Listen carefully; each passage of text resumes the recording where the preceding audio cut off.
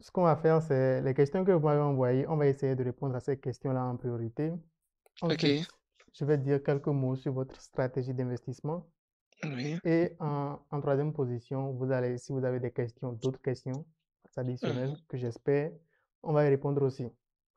Donc, ça OK, ça fait un truc marche. en trois temps. OK, ça marche. OK. J'aurais juste une petite, juste une petite contrainte à 21h30. Je dois besoin de 2 minutes pour faire quelque chose et puis, mais je suis là. Mhm. OK, ça va. OK, OK. Et donc, la première question, c'était que faire de mes actions avec la plus forte plus-value? SOGB, Palm CI. Mhm. Et donc, vous allez constater que ces entreprises-là, c'est des entreprises agricoles.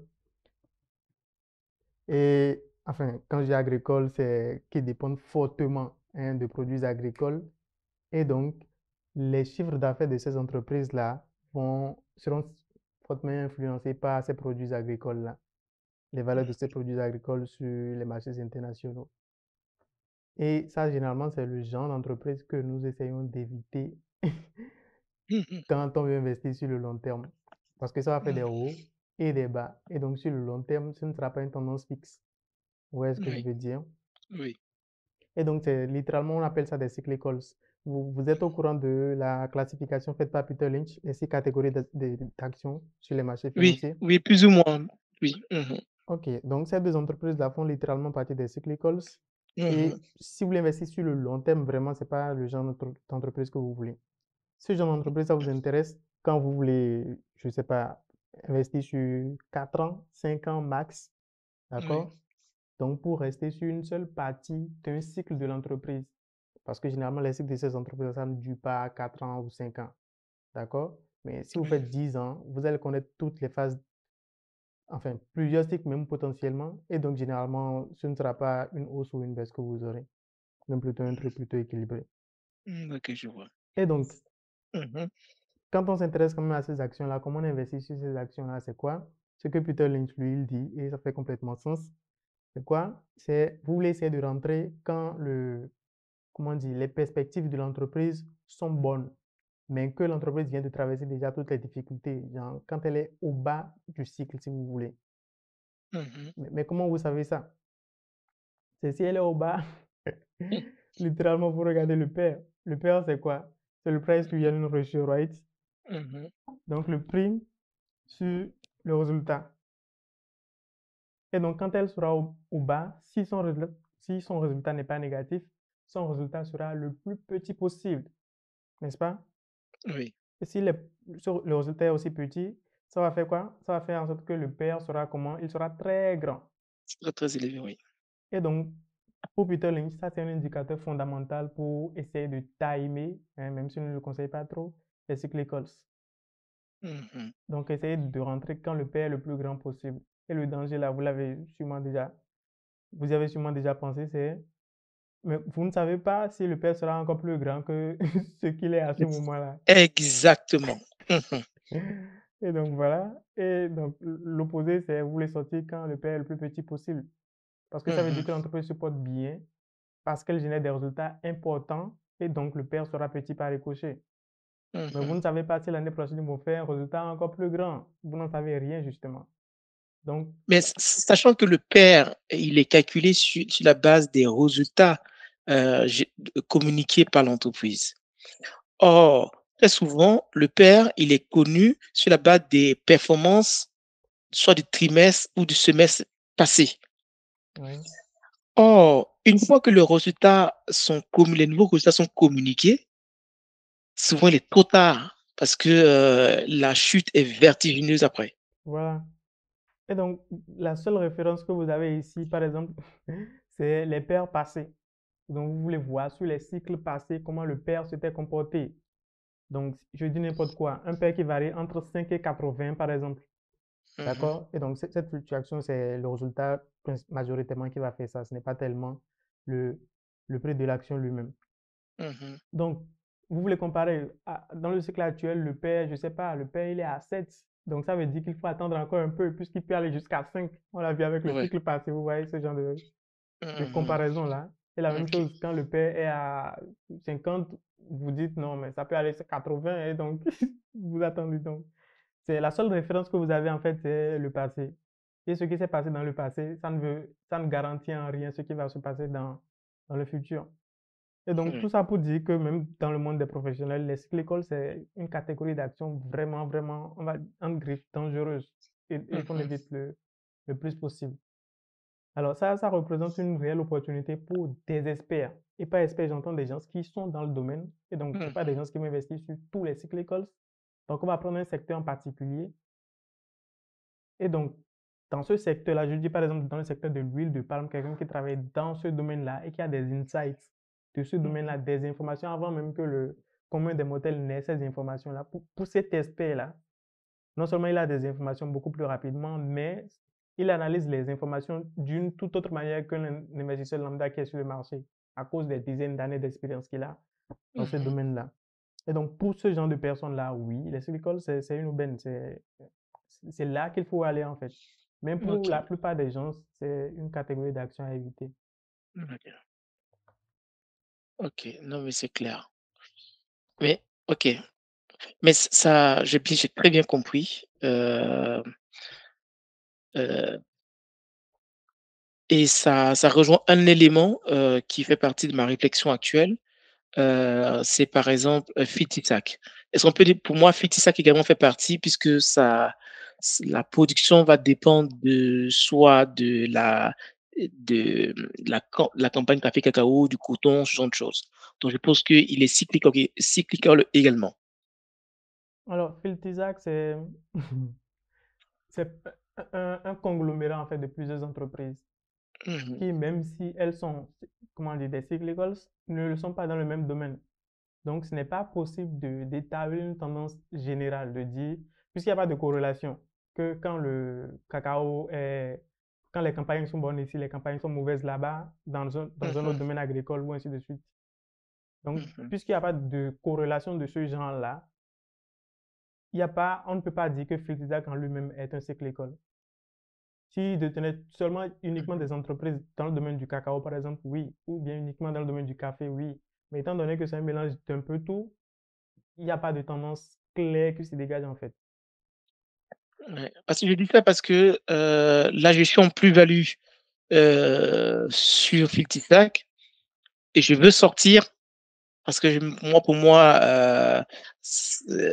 moi je l'avais considéré comme un cyclical et donc du coup, il va potentiellement baisser. Donc je voulais sortir, avec ma plus-value et l'affecter sur, des entreprises qui, heu, correspondent mieux en fait à mon horizon de placement ou à ma stratégie. Mais le problème qui se pose et que je constate à la BRVM, c'est la liquidité. C'est que, tu ne trouves pas suffisamment d'acheteurs pour quand tu veux vendre.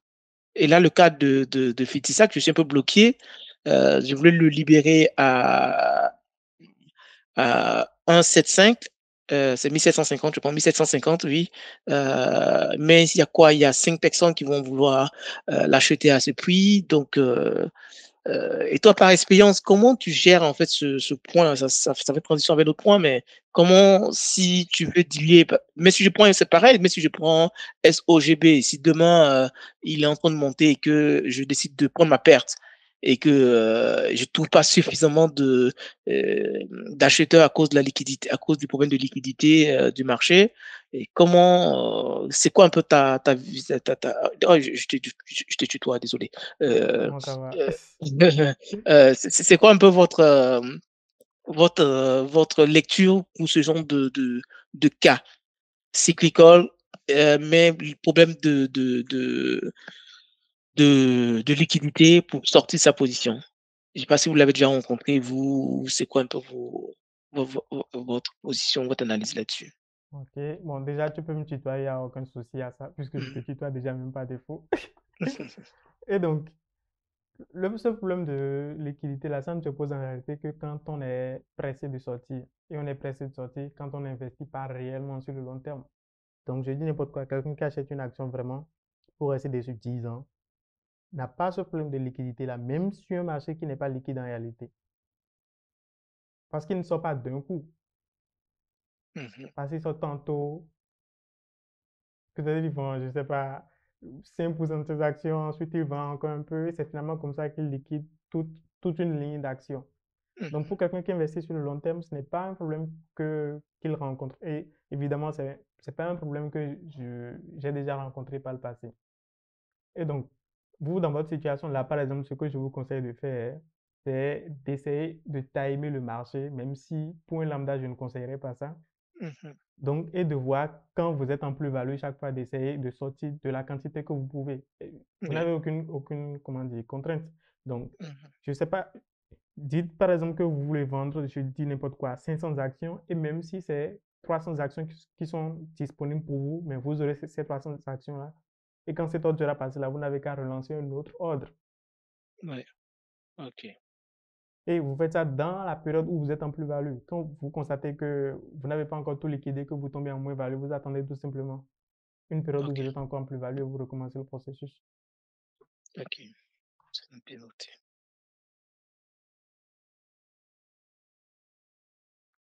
Alors, et donc ça, je crois que c'était la quatrième question.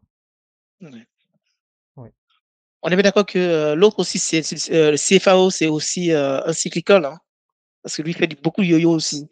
Oui, CFAO aussi. Ouais, ouais. Ça, ça, c'est des entreprises que, en réalité, je n'ai jamais compris pourquoi les gens. Un, donc, moi, par exemple, personnellement, je ne m'intéresse pas à toutes les entreprises qui sont sur le marché. Donc, Mmh. j'ai quoi?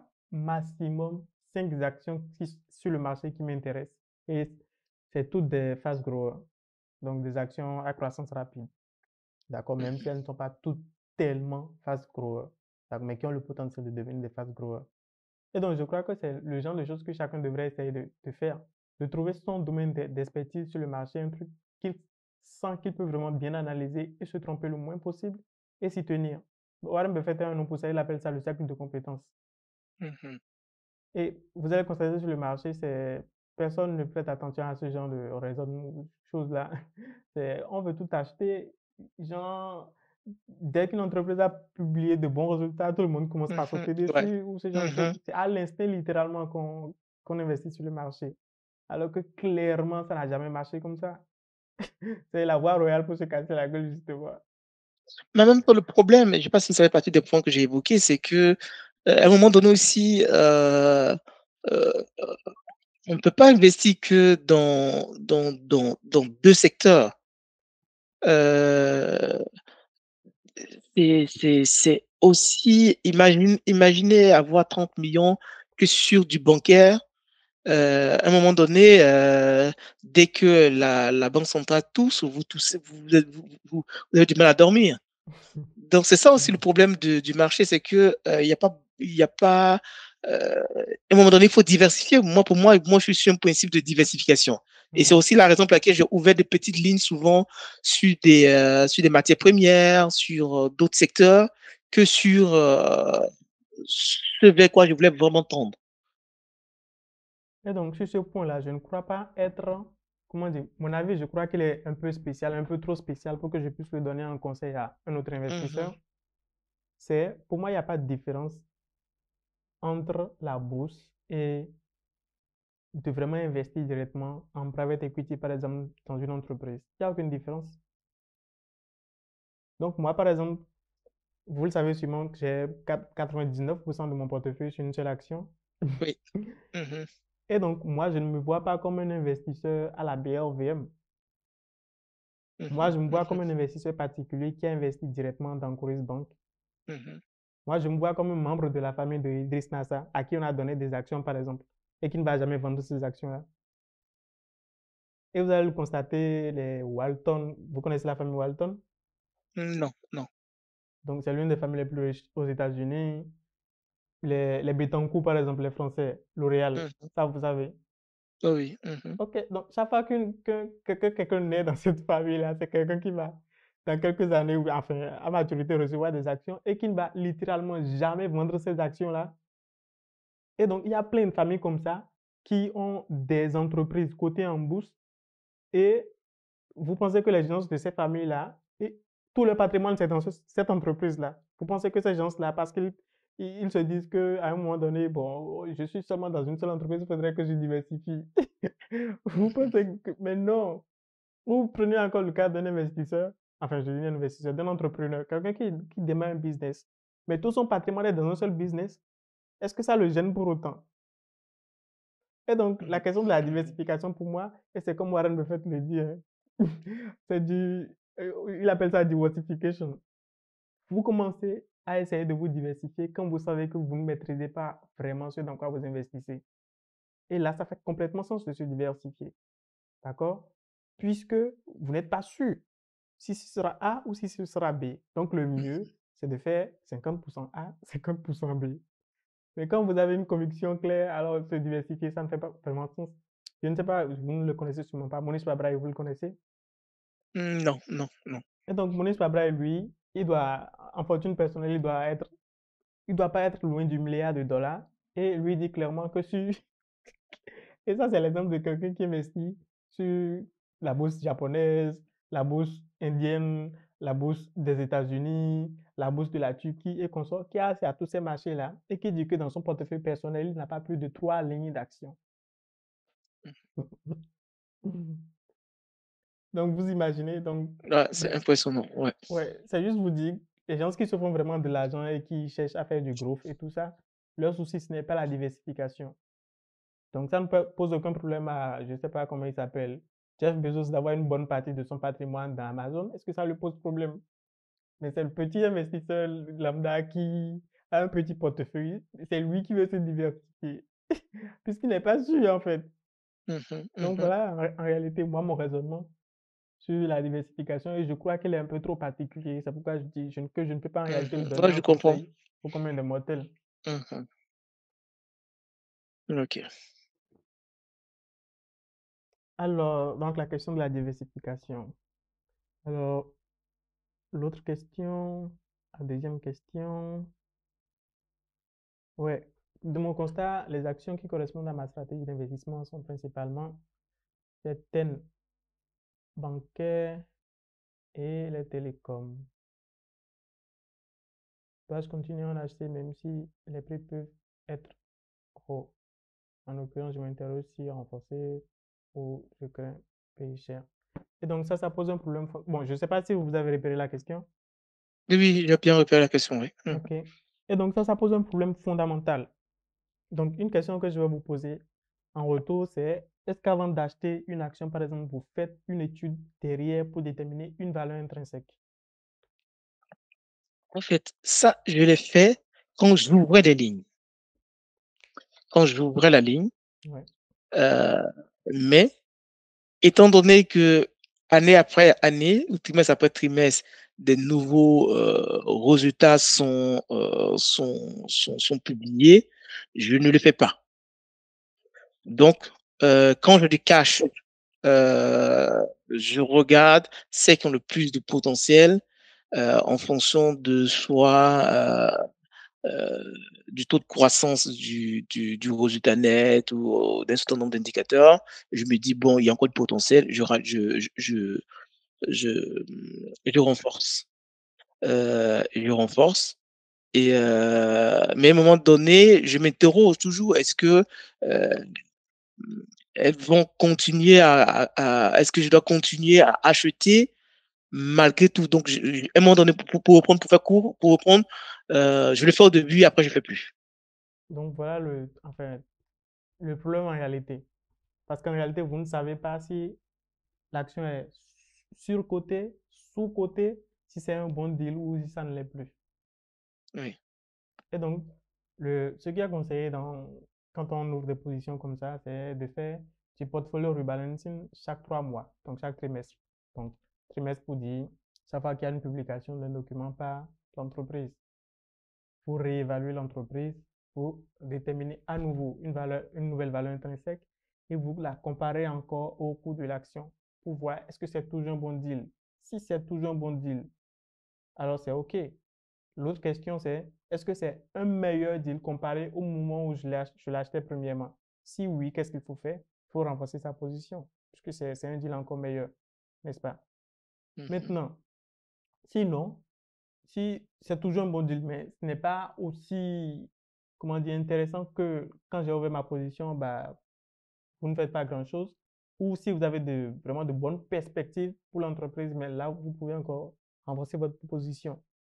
Maintenant, on revient dans l'autre alternative, la grande branche. Si ce n'est pas, si l'action n'est plus décotée, d'accord, qu'elle cote déjà à valeur intrinsèque ou bien plus de la valeur intrinsèque, là, c'est peut-être le moment de commencer par sortir, n'est-ce pas? Non, alors que je suis d'une vision long-termiste. Bah, est-ce que je vais pas ressortir, chaque fois comme ça? Mais justement, l'intérêt d'attendre sur le long terme pour sur une action, c'est quoi? C'est, on attend en réalité quoi? On attend le moment où la valeur intrinsèque, ou si vous voulez, le coût de l'action va atteindre la valeur intrinsèque.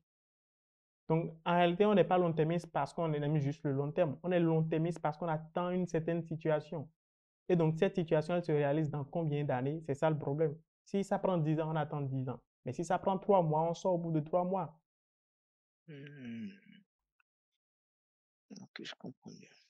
Maintenant, le piège à ça, et Warren Buffett en fait beaucoup cas, c'est dans le cas spécial des entreprises qui sont des fast growers, donc des entreprises à croissance rapide. Si l'action atteint la valeur intrinsèque, en réalité, l'entreprise qui est derrière peut performer tellement, quand je dis performer, ce n'est pas en bourse, c'est sur Main Street, donc Mmh. l'activité de l'entreprise, peut performer tellement bien que la décote va se recréer juste dans quelques mois.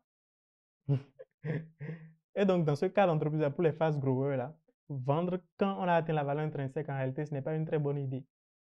Donc, et dans ces cas-là, lui-même, il avoue qu'il ne sait pas exactement en réalité quand sortir des fast growers. Et donc, il peut être prêt, par exemple, à rester encore dans l'entreprise à 120% de la valeur intrinsèque, ça ne le gêne pas. Mais clairement, à deux fois, donc à 200% de la valeur intrinsèque, là, c'est aberrant, n'est-ce pas? Donc là, clairement, Mmh. il faut sortir, même si c'est un fast grower.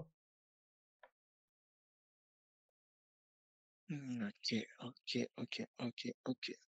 Donc si je récapitule, ça signifie en fait que, heu, chaque fois que je dois renforcer ou je veux renforcer une position, je dois revoir en fait recalculer la valeur intrinsèque Ouais, et ce n'est pas. voir en fait si, mon prix, d'achat est toujours inférieur en fait à mon prix de référence.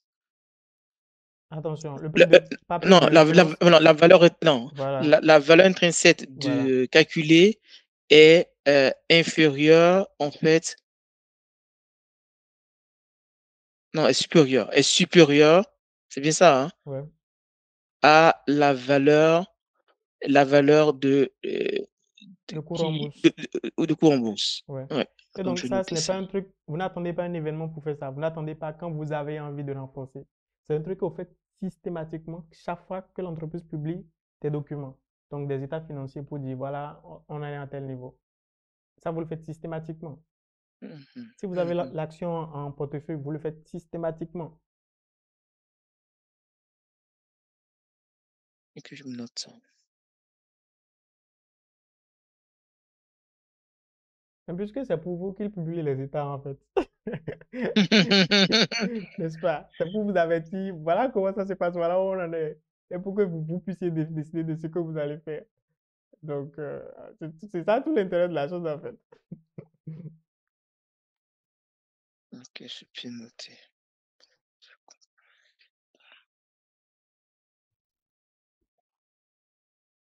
Alors, la troisième question, le problème de la diversification, ouais. Ça, on l'a déjà un peu abordé.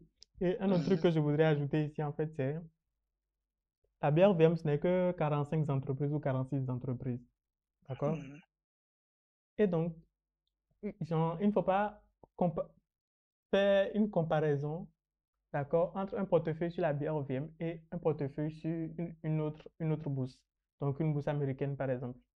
Sur, je ne me Mmh. rappelle plus quelle bourse c'est, je ne sais pas si c'est New York Stock Exchange, Amex ou bien Nasdaq. Il y avait 2600 entreprises. Donc, l'une des trois bourses là, 2600 entreprises qui sont listées, qui sont cotées. D'accord? Donc, ce n'est pas logique de faire une comparaison entre un portefeuille là-bas qui a 10 lignes et un portefeuille qui a 10 lignes sur la BRVM. Ça n'a aucun sens. Mmh. Parce qu'avoir 10 lignes sur la BRVM, c'est déjà détenir plus de 20% du marché. Donc, être investi dans plus de 20% des entreprises qui sont sur le marché. L'équivalent sur une bourse américaine, ce serait 20% de 2600 entreprises. Vous imaginez combien de lignes ça fait? Ouais, c'est énorme. Ouais. Voilà. Donc, en réalité, il faut pouvoir se mettre dans le référentiel de la BRVM pour comprendre qu'en réalité, même avec 5 lignes sur la BRVM, on est vachement plus diversifié que quelqu'un qui a 200 lignes sur une bourse américaine. Donc, la BRVM, c'est une bourse vraiment petite et donc la diversification, cette notion-là, ça devrait pouvoir prendre en compte aussi la taille du marché. Ouais. Donc, une diversification de 2 lignes sur la BRVM, ce n'est pas le même niveau de diversification ou de concentration sur une autre bourse. Ouais. Bien, bien, bien noté. Alors, l'autre question, c'est la liquidité. Ça, on l'a déjà abordé. Mhm. Et donc, oui, là, je crois qu'on a achevé toutes les questions qui sont ici. Donc, bon, là, il ne reste plus que 3 minutes pour les 21h30. Je Mhm. propose qu'on prenne la petite pause qu'on devait prendre là et au retour, on va continuer avec la deuxième et la troisième phase. Ok, parfait. Ok. Je reste en ligne, hein. Je vais juste mettre en mute et puis je reprends. OK. Donc, dans cette seconde phase, ce que je voulais faire, c'est de faire quelques suggestions concernant ton Oui, portefeuille. oui. Et donc, avant de commencer, c'est l'objectif, tu l'as dit clairement, c'est la croissance. D'accord? Et ça l'emporte sur les dividendes, donc sur la rente, Oui, oui, n'est-ce oui. pas? Et donc, euh, tu sais donc sûrement déjà la catégorie d'actions qui correspond le mieux à cet objectif-là, les fast growers. Mhm. Et donc, les fast growers sur le marché, genre, somehow, tu t'es déjà orienté instinctivement vers ces actions-là. Donc, quand tu dis par exemple que les entreprises qui t'intéressent le plus, c'est les bancaires et les télécoms. Donc, Mhm. tu vas constater qu'en réalité, sur la BRVM, presque toutes les fast growers sont dans la catégorie des entreprises bancaires. En fait, ce sont Mhm. les bancaires qui sont les fast growers sur la BRVM. Et ce n'est pas tellement, comment on dit, ce n'est pas un hasard, d'accord? Parce qu'il y a eu plusieurs études qui ont déjà démontré que la banque en Afrique de l'Ouest, en Afrique subsaharienne, est une activité très rentable. En effet, les entreprises bancaires dans notre sous-région ici sont parmi les plus rentables au monde, pas en Afrique, au monde littéralement. Mhm. Et donc, c'est ça que je dis en réalité que sur la BRVM, que les bancaires surperforment, d'accord, toutes les autres entreprises. Et donc, soit des fast growers, soit des growers, d'accord? Les fast growers, on va en arriver. Alors, donc, le... Je sais pas si tu m'entends toujours. Oui, je l'entends toujours, oui. T'es branché mon micro là. Alors, donc ta préférence devrait aller vers les growers et les fast growers. Donc, les fast growers, la limite, c'est est-ce que le taux de croissance est supérieur à 20%? Si ça ne l'est pas, je l'appelle juste un grower. Si ça l'est, alors Mhm. oui, fast grower. Donc, si on doit vraiment se caler sur cette définition, il n'y a qu'un seul fast grower en réalité sur la BRVM et c'est Coris Bank. Les autres, c'est des growers, mais ils ne sont pas aussi Supérieur à fast. 20%? Ouais. Il y a plus, non? Attention, je ne parle pas de rentabilité, je parle de la croissance du résultat net. Et sur 5 ans minimum. C'est 5 ans. Ok. Donc, je ne parle pas de la performance de l'entreprise en bourse. Mhm. Je ne parle pas du coût de l'action, je parle des fondamentaux, le résultat net. Ok. Et je parle de Mhm. sa croissance, pas de la rentabilité, mais de la Mhm. croissance du résultat net sur une période relativement grande, donc minimum 5 ans. Mhm. Et donc, sur la BRVM, vous n'allez pas trouver une entreprise qui croît à plus de 20%. Non, en dehors de Coris Bank. Enfin, je cherche toujours. D'accord. Et donc, les autres, c'est des gros. Donc, il y a des entreprises qui font du 9%. Il y a des entreprises qui vont faire du 15% juste sur 3 ans, comme ça, et après se calmer encore. Mais une croissance constante, d'accord? À plus de 20%, il n'y a pas Coris Bank qui n'y en a pas encore sur la BRVM. Donc, j'ai regardé le portefeuille et j'ai supprimé. Attends, je vais partager mon écran. Oui. C'est mieux comme ça. Mhm.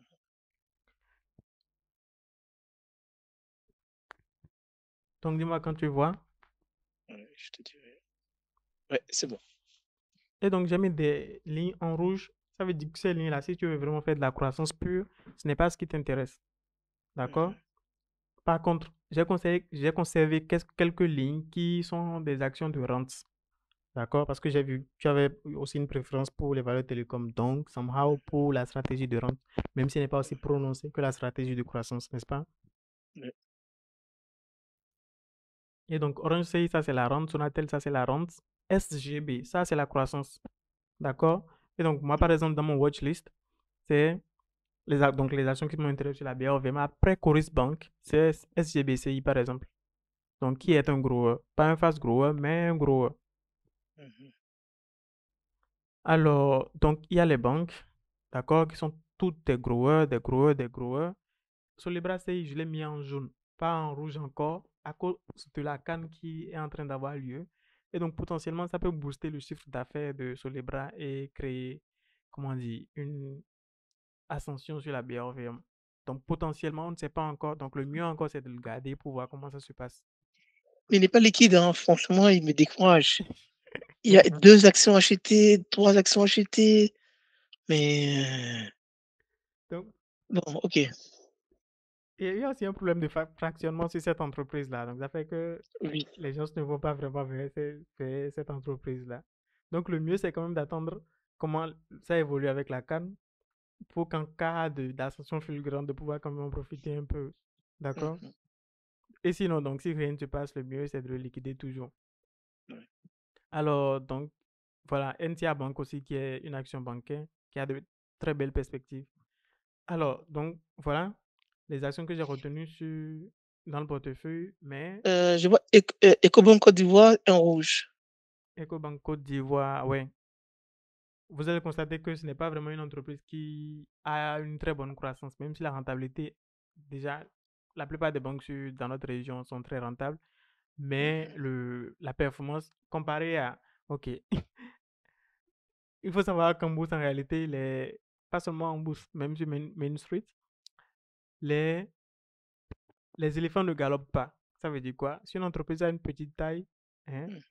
elle est censée galoper. Elle est censée avoir des performances plus grandes, donc performances sont en croissance plus grande qu'une entreprise qui a une plus grosse taille, n'est-ce pas? Oui. Par contre, vous allez constater que Cobank, donc qui est une entreprise bien plus petite que SGB, en réalité court beaucoup plus lentement. Je parle de la croissance des résultats, court beaucoup plus lentement que SGB. Ça ne fait aucun sens. Donc, il n'y a aucun intérêt à garder EcoBank quand on est en train de garder SGB. Oui, Donc, je vois. voilà.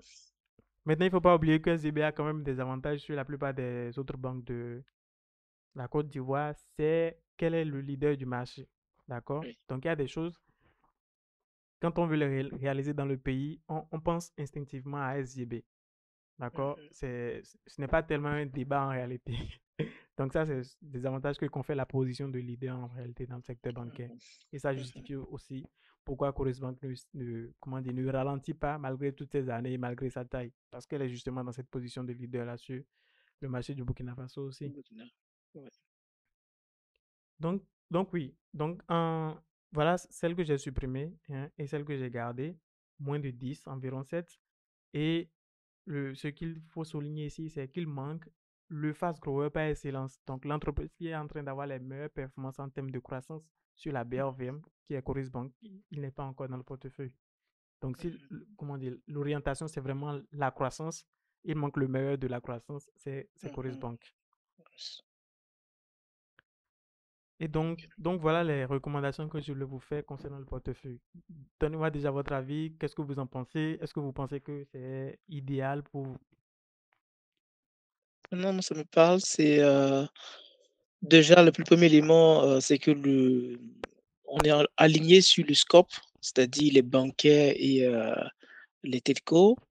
Donc du coup, je suis également OK pour effectivement, heu, me séparer de tous les cyclical là. Hem, heu, le seul élément qui m'a surpris un peu, c'était Ecobank, mais bon, j'ai compris l'explication. Vous pouvez remonter un peu? Je Ouais, vois un peu en bas. bien sûr, dans tous les cas, c'est un fichier que je vais vous envoyer. Oui. Là, descendre bien. Oui, oui, oui, descendre, oui, c'est bon là, oui. Ouais, Bolloré, pour moi, Bolloré, c'était, je pensais qu'il y avait de solides perspectives pour Bolloré, heu, en termes de croissance. Alors, Bolloré, c'est déjà un, ce n'est, comme je l'ai dit, comment dire, la niche, hein, favorite pour les fast growers sur notre bourse ici, c'est les bancaires. Donc, Mmh Bolloré, je ne sais pas vraiment évaluer une entreprise qui fait dans la logistique. Quelles sont ses perspectives de croissance? Ça, je n'en sais vraiment rien. Et l'autre chose qui m'effraie concernant cette entreprise-là, c'est, comment on dit, je n'ai pas compris ce qui se passe. Je ne sais pas comment expliquer. Pourquoi les Français sont en train, en fait, de se désinvestir, d'accord, davantage des mh. entreprises ouest, enfin, africaines et ouest-africaines. Donc, il y a Bolloré, par exemple, je crains qu'ils soient en train de retirer, en fait, petit à petit, de se retirer petit à petit de cette activité-là dans la sous-région.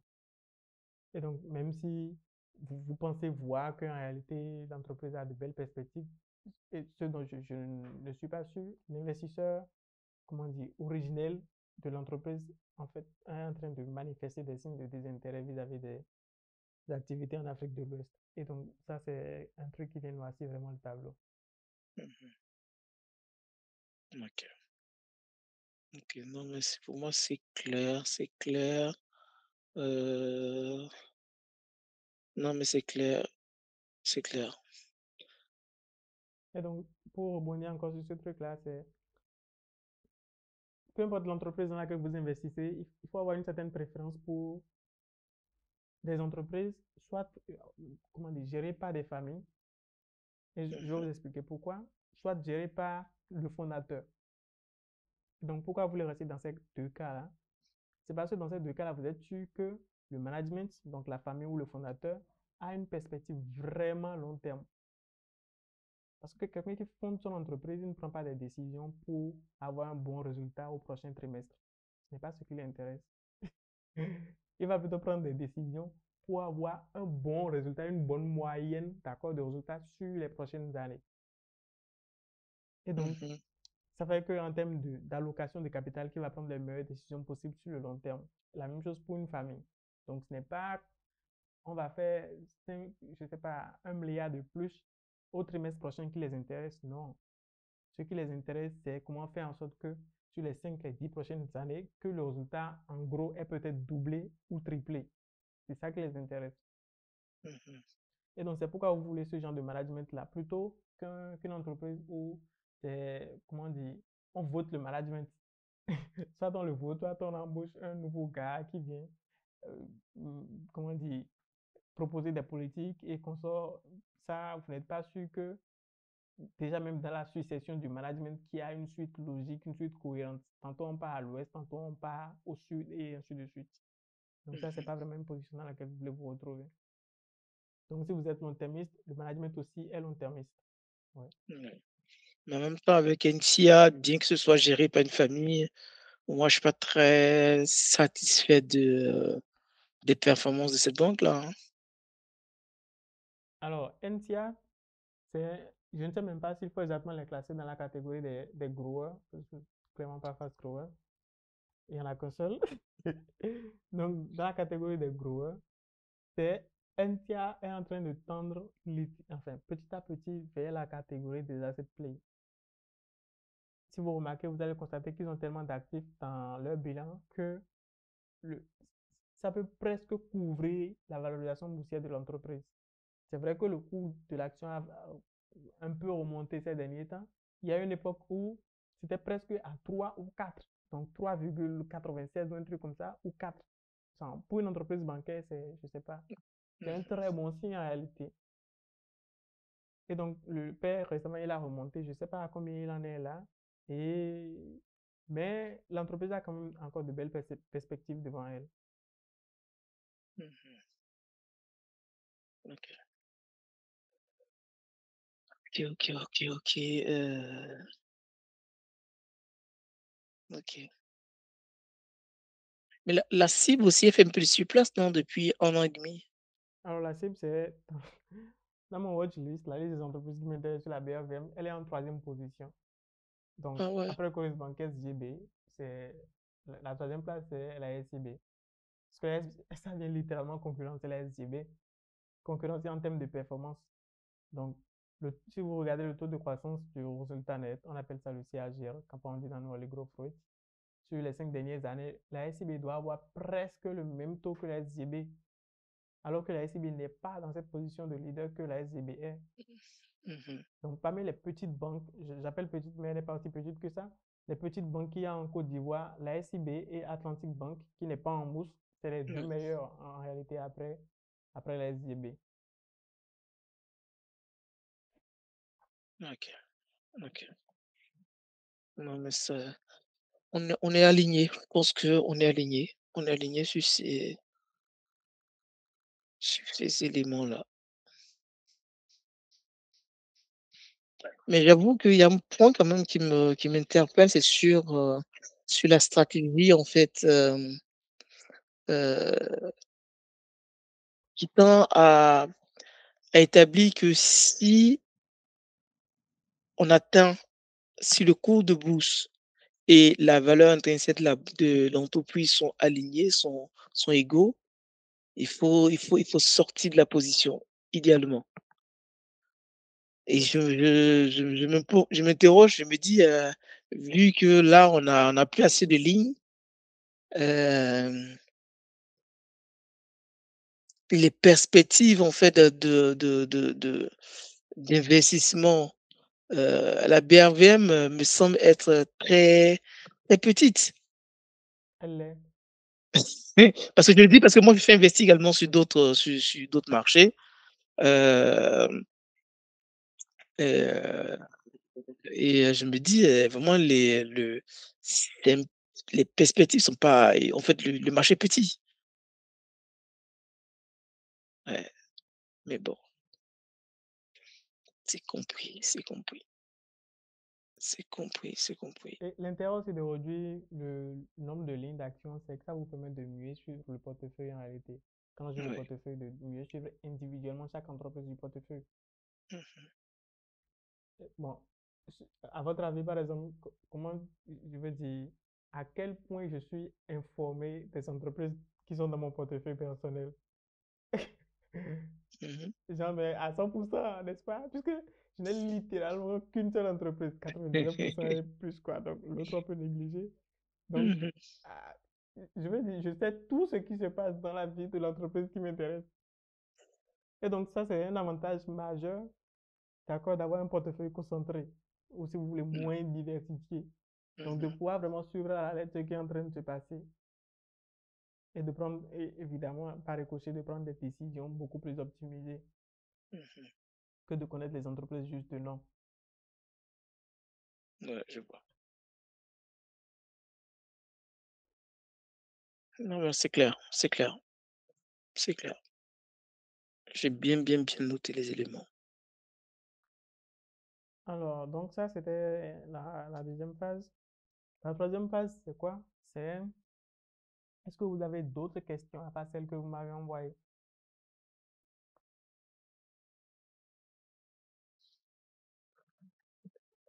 Je pense que l'une de mes questions, c'est, vous qui êtes beaucoup, investis et qui suivez un peu, qui formez et autres, on dit souvent, moi ma logique, c'était que, la bourse est la bourse, mais je pense que chaque territoire également, chaque bourse a ses réalités. Est-ce que vous pensez que, la, la BRVM ou les acteurs de la BRVM sont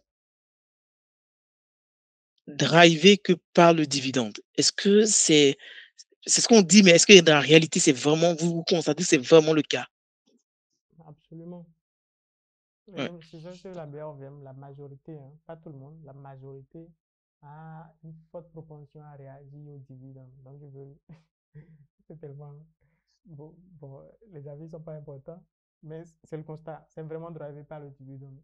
Et ça en fait le territoire propice pour un investisseur long-termiste. Donc, quelqu'un qui est là pour du long terme. Pourquoi? Hein?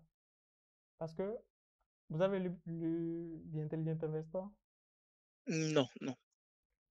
Parce qu'en réalité, tout investisseur intelligent fait du value investing Et donc, l'investisseur intelligent, il fait son combat, c'est contre qui? C'est contre Mr. Market.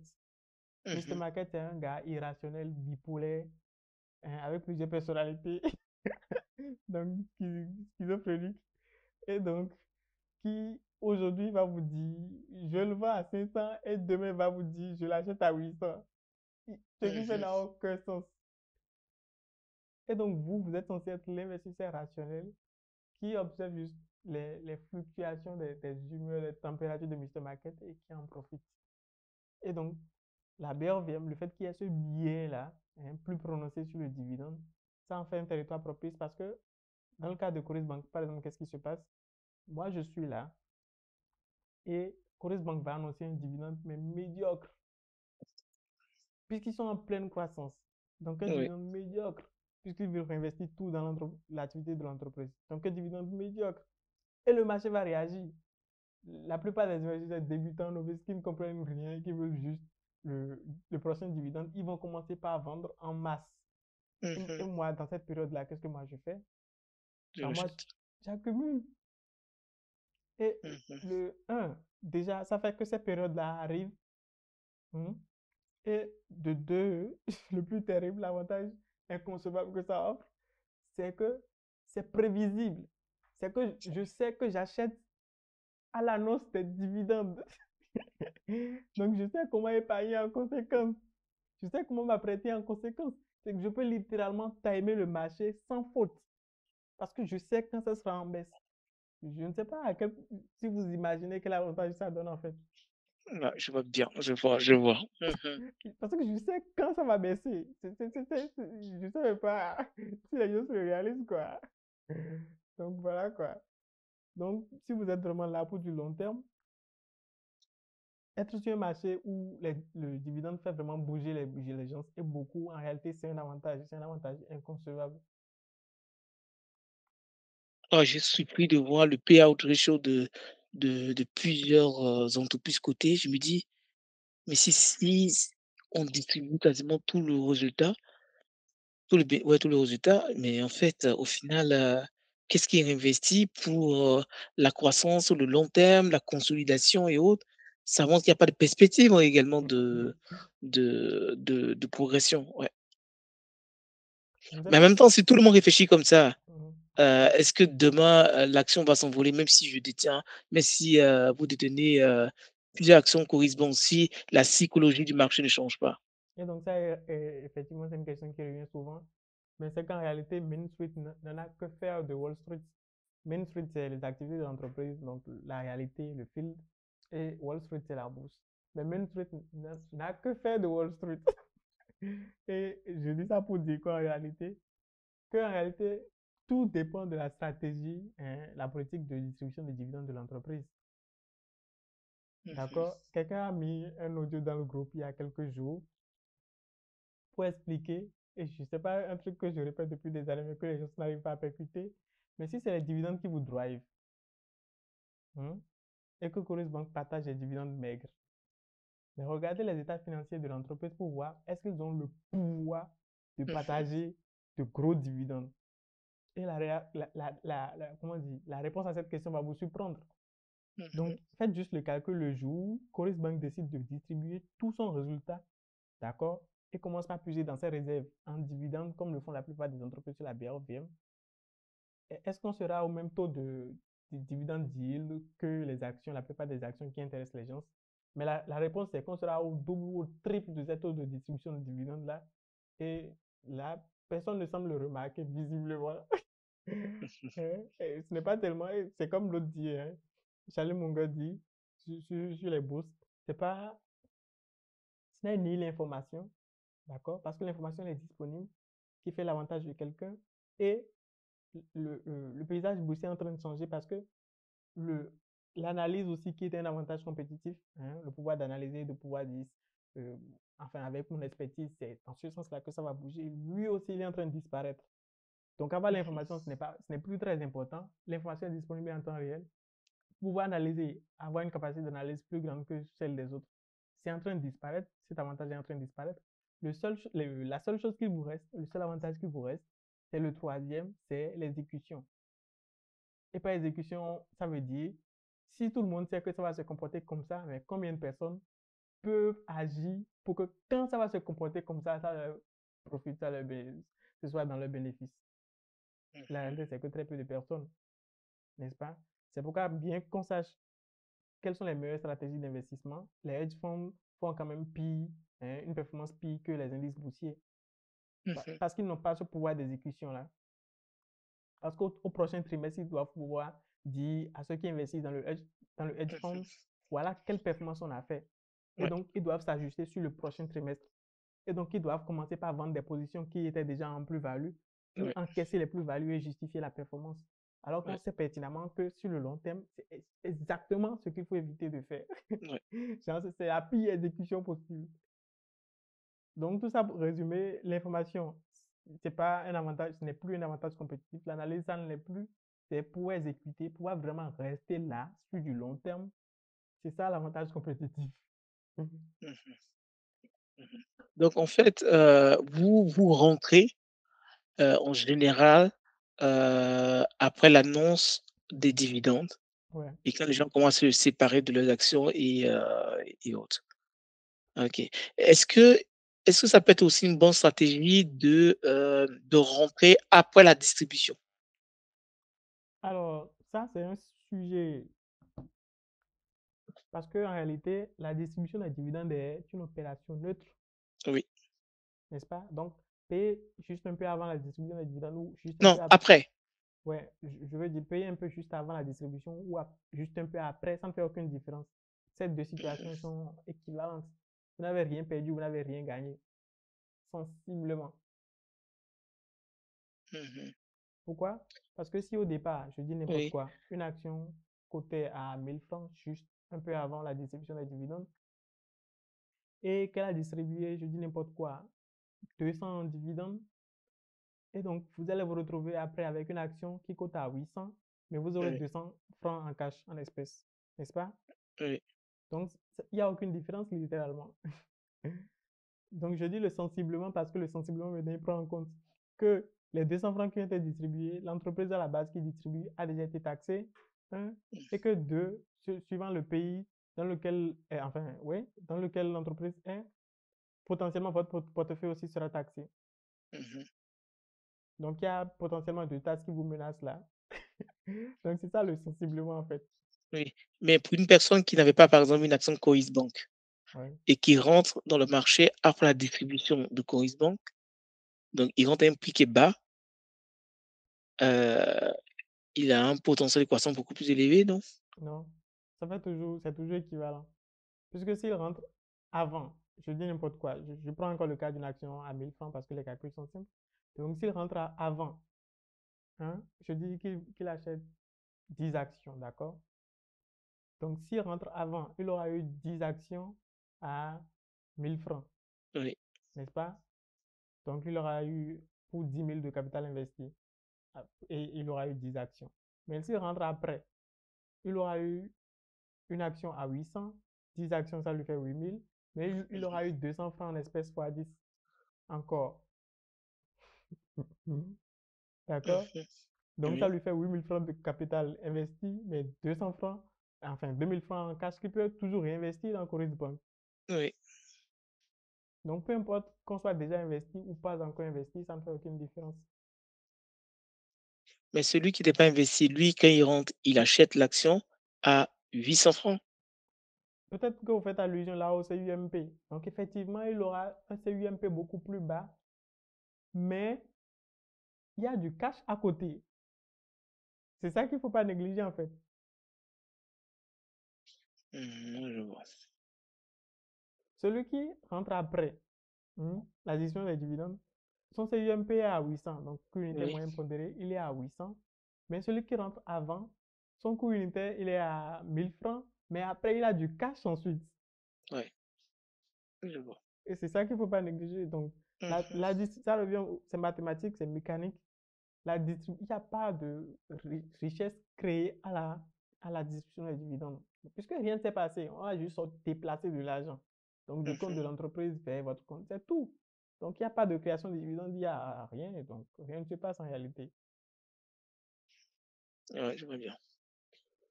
très bien. Je pense que moi, l'une de mes grosses difficultés, c'est que, j'ai j'ai tendance, chaque fois que j'ai de l'argent sur mon compte titre, à acheter. OK. Je pense que c'est ça mon je me dis: «Non, mais l'argent il dort, il n'est pas rémunéré, et autres, mieux vaut le placer», alors que l'idéal, c'est vraiment d'attendre, même si c'est 3 mois, 4 mois et plus, bon d'attendre et de faire de bonnes rentrées et acheter en fait à des bonnes mo à des bons moments. Ouais. Ouais, c'est ça que je sais pas faire. Mmh. Ouais, ça me démange en fait, ça me démange de voir l'argent là comme ça et d'être en liquidité. Je me dis: «Non, non, non, il faut que je l'utilise pour faire quelque chose». Ouais, Ouais. mais c'est je pense que j'ai mieux compris et je pense que c'est une stratégie même que j'ai appliquée également sur mon compte titre ici. OK, OK. Mais ça me semble clair, ça me semble clair. J'ai pas est-ce que vous avez peut-être des ques des conseils à me donner au vu de de l'échange qu'on a eu, du portefeuille, de comment vous avez analysé le portefeuille? Est-ce que vous avez des Donc, le premier conseil, ce serait déjà, donc, il y a le meilleur joueur de l'équipe qui manque à l'équipe, qui est Coris mmh Bank sur la BRVM. mh, Alors, moi, je n'ai, comment dire, ce n'est pas une obsession, Coris Bank. C'est juste que c'est le meilleur joueur de l'équipe et il faut le reconnaître. mmh, Donc, quand ce sera le tour de quelqu'un d'autre d'être le meilleur joueur, ce sera encore ce meilleur joueur-là qu'il faudra prôner, n'est-ce pas? Donc, il y a le meilleur joueur de l'équipe qui manque à l'équipe et il faut l'ajouter. Et le second conseil, c'est ça en rapport avec le dernier point que vous avez soulevé. Le fait que quand il y a de la liquidité dans le portefeuille, que vous avez tendance à acheter. Et donc, ce qu'il faut faire dans ce cas-là, c'est tout simplement de ne pas mettre de la liquidité dans le portefeuille. Donc, si vous avez mmh beaucoup d'espèces, beaucoup de liquidités à investir normalement, mais que vous n'êtes pas encore prêt à investir, gardez-le tout simplement dans votre compte bancaire. mmh ouais, effectivement. Et donc, moi, par exemple, c'est aussi un problème que j'avais entre-temps. J'épargnais agressivement et j'investissais agressivement sur la BRVM. Et ça faisait en sorte qu'en réalité, j'avais des problèmes de cash flow. Ça veut dire quoi? Ce n'est pas, il y a des charges. Si, par exemple, j'ai des imprévus, je ne peux pas, comment dire, satisfaire ces imprévus-là. Pas parce que je manque d'argent, mais non, l'argent, il est sur la BRVM, Mmh mais parce que je manque de cash, je manque de liquidité. Et donc, ça fait un mh, problème de cash flow. C'est que j'ai l'argent, mais je ne l'ai pas là maintenant. Et il est mmh ailleurs, tu vois. Et donc, le fait justement de garder de l'argent sur le compte bancaire et non pas dans le compte titre, ça permet de régler ces problèmes de cash flow-là. Donc, même si quand vous avez des imprévus, des situations personnelles, vous pouvez toujours satisfaire ces situations-là et vous savez que qu'avant le moment où, dans le cas de correspondance, par exemple, là, l'annonce est due, donc avant cette annonce est due, puisque le truc est encore prévisible, donc vous savez même quand vous aurez un. Donc, c'est complètement planifiable en fait. Gardez juste l'argent sur votre compte bancaire et voilà quoi, ça vous évite d'autres problèmes sur le plan personnel. OK, OK, OK, non, mais c'est clair, c'est clair, c'est clair, c'est clair.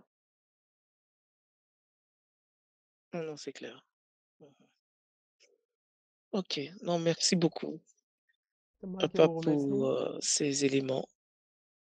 S'il n'est pas indiscret, vous faites quoi dans dans la vie? Alors, moi je suis très loin de mon domaine. Enfin, je dis très loin, je ne suis pas aussi loin que ça. De base, je suis ingénieur en électrotechnique, donc contrôle des OK, processus industriels. ouais, Mais là maintenant, je suis un peu plus dans l'informatique. Donc là, OK. on appelle ça du système engineering ou bien system integration pour General Electric. GE, OK. Vous connaissez GE? Oui, je connais GE, ouais. Ok. OK. Non, c'est bien, c'est top alors. Moi, je suis beaucoup plus côté bancaire. Ok. Et je suis plutôt côté bancaire. En fait, moi, je suis consultant, et je travaille j'ai fait que de la banque depuis que je suis sorti d'école et je suis plutôt spécialisé dans tout ce qui est gestion actifs-passifs. Donc la liquidité des banques, le risque de taux, heu et puis j'ai fait du risque aussi, notamment, les modèles de risque de probabilité des défauts, de ouais, ce genre de choses, ouais. Mmh. Et donc, avec votre expertise sur, disons, prenons le cas de Coris Bank, par exemple, quels sont enfin, je ne sais pas si vous l'avez déjà fait, donc je J'ai parle jamais pour, analysé Coris Bank parce voilà. que j'estimais que j'avais trop de banquiers déjà dans mon portefeuille.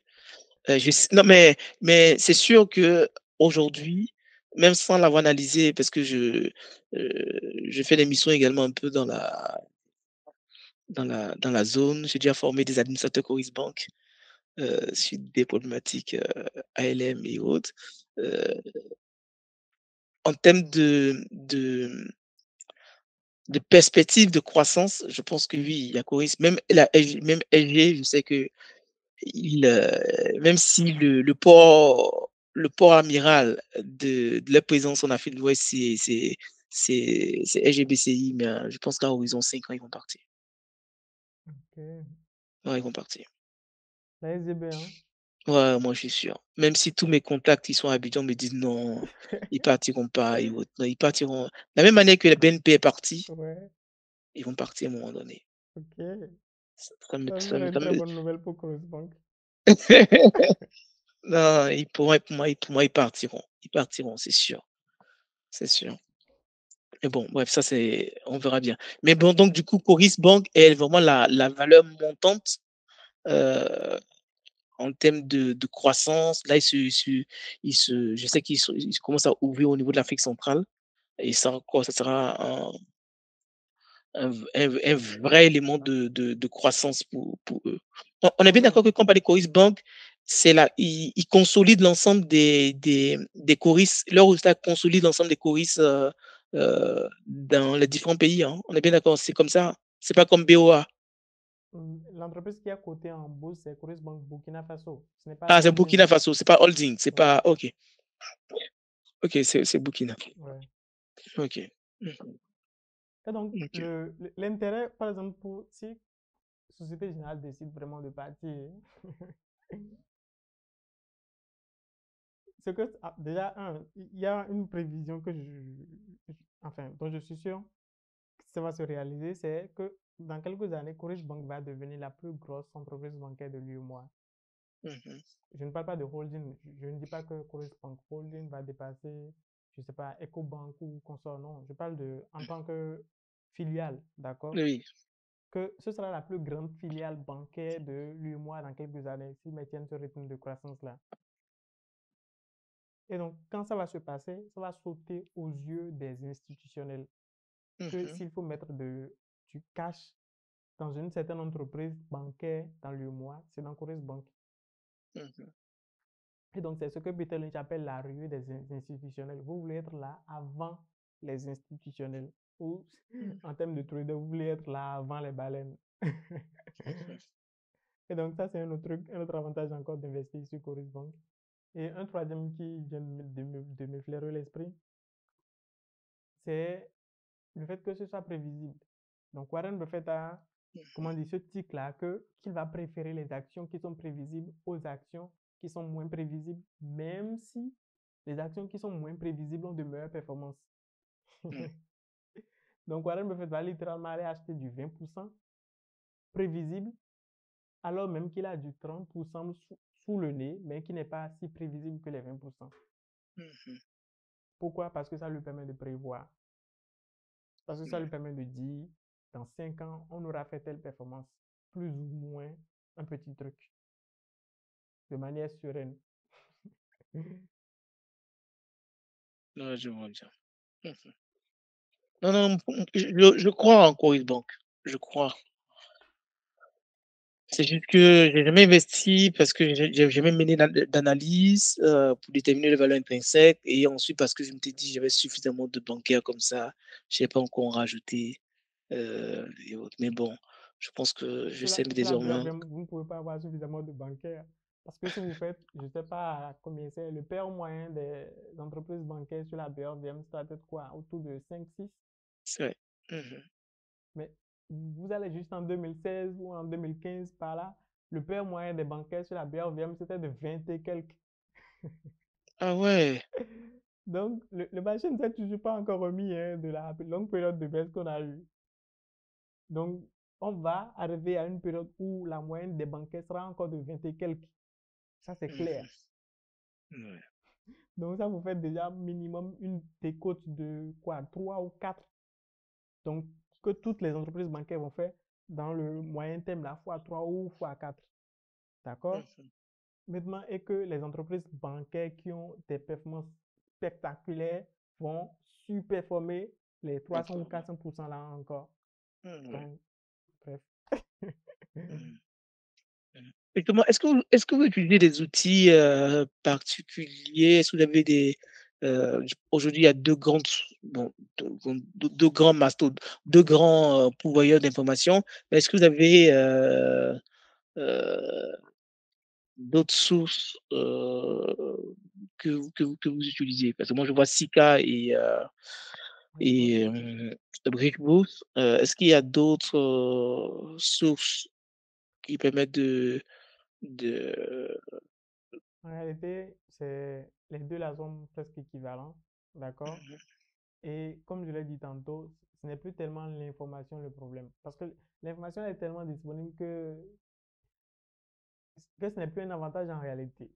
D'accord? Même le plan gratuit qu'ils proposent, ça vous permet d'avoir tellement d'informations que vous ne pouvez pas dire que vous manquez d'informations sur la BRVM. Donc, ce que vous cherchez en réalité sur la BRVM et sur toutes les autres bourses en général, ce n'est pas l'information, ce n'est plus l'information. Il y a une époque où c'était l'information, mais aujourd'hui, ça ne l'est plus. Mmh. Mmh. OK, OK. Non, mais c'est clair. Merci beaucoup, à Pape.